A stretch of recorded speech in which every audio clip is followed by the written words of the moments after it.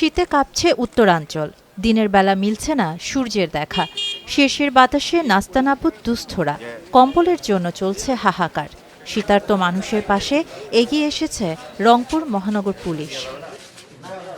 রোববার রাত 11:30টায় Rangpur medical college হাসপাতালের ওয়ার্ডে ওয়ার্ডে মহানগর পুলিশ কমিশনার নিজ উদ্যোগে শীতার্ত দুস্থদের মাঝে কম্বল বিতরণ করেন।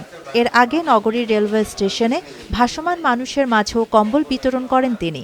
কম্বল পেয়ে খুশি দুস্থ মানুষ। তবে সরকারি বেসরকারি তরফ থেকে যে কম্বল বিতরণ করা হচ্ছে তা প্রয়োজনের তুলনায় একেবারেই নগণ্য। বিত্তবানদের শীতার্ত দুস্থদের পাশে দাঁড়ানোর আহ্বান জানিয়েছেন পুলিশ কমিশনার। প্রচণ্ড শীত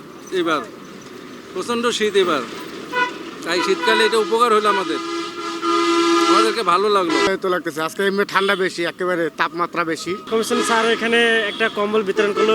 যে শীত উত্তরবঙ্গে এই কম্বলটা পেয়ে অনেক খুশি হয়েছি।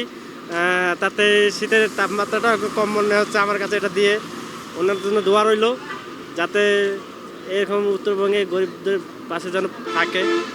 ইনশাল্লাহ আমার জন্য এটা ভালো হয়েছে।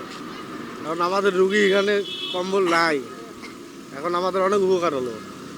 যারা দিচ্ছে তাদেরও যেন আরও আল্লাহ তৌফিক দান করে, যেন তাদেরকে আরও দেওয়ার মতো ক্ষমতা দেয়। রংপুর অঞ্চলে প্রচণ্ড শীত পড়েছে, বিশেষ করে গত কয়েকদিন সূর্য দেখা যাচ্ছে না।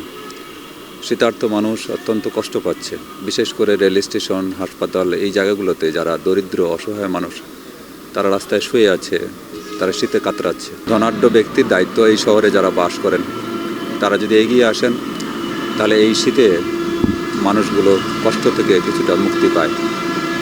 এটি সামাজিক দায়িত্ব, সামাজিক চেতনা থেকে আমরা পুলিশ এটা বের হয়েছি। রংপুর মেট্রোপলিটন পুলিশ আমরা এই কাজটি করছি।